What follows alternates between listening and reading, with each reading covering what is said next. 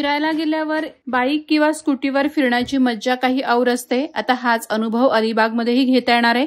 गोवा आणि केरळच्या धर्तीवर अलिबागमध्येही बाईक भाड्याने देण्याच्या सर्व्हिसला अधिकृत परवाना देण्यात आलाय।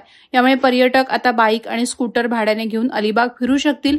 अलिबागमधील 2 ऑपरेटरना अधिकृत परवाने वितरित करण्यात आलेत। या योजनेमुळे नोंदणीकृत ऑपरेटर आता पर्यटकांना तासाभरासाठी किंवा दिवसासाठी बाईक भाड्याने देऊ शकतील। याबाबत अधिकाऱ्यांनी दिलेल्या माहितीनुसार या निर्णयामुळे पर्यटनाला मोठी चालना मिळेल आणि स्थानिकांना रोजगाराचं नवं साधन उपलब्ध होईल। कोकणातील समुद्रकिनारे, किल्ले, मंदिरे आणि नैसर्गिक सौंदर्य पाहण्यासाठी आलेल्या पर्यटकांना स्वस्त आणि सोयीस्कर प्रवासाचा पर्याय उपलब्ध होईल। विशेषतः 1 किंवा 2 प्रवाशांना ही सेवा उपयोगी पडेल। यामुळे पर्यटकांना Activa, hero, Splendor, royal Enfield यासारख्या मनपसंत बाईक भाड्याने घेता येणार आहेत। मात्र यावेळी ड्रायव्हिंग लायसन्स आणि आधार कार्ड यासारखी कागदपत्र सोबत ठेवणं आवश्यक आहे। आतापर्यंत अलिबागमध्ये बेकायदेशीरपणे दुचाकी भाड्याने मिळत होत्या, मात्र आता अधिकृत परवानाधारकांकडूनच पर्यटकांना बाईक घेता येतील।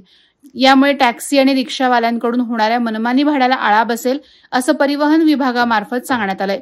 मात्र असं असलं तरी पर्यटकांनी हुल्लडबाजी करू नये, मद्यपान करून ड्रायव्हिंग करू नये, ओव्हर स्पीडिंग अथवा बीचवर थरारक स्टंटबाजी करू नये, अशा सूचनाही प्रशासनाकडून देण्यात आल्या आहेत। वादळवारा लाईव्हसाठी न्यूज ब्युरो, अलिबाग। नवी मुंबई व रायगड जिल्ह्यातील ताज्या बातम्या आणि घडामोडींसाठी सबस्क्राईब करा वादळवारा लाईव्ह चॅनल आणि दाबा बेल आयकॉन।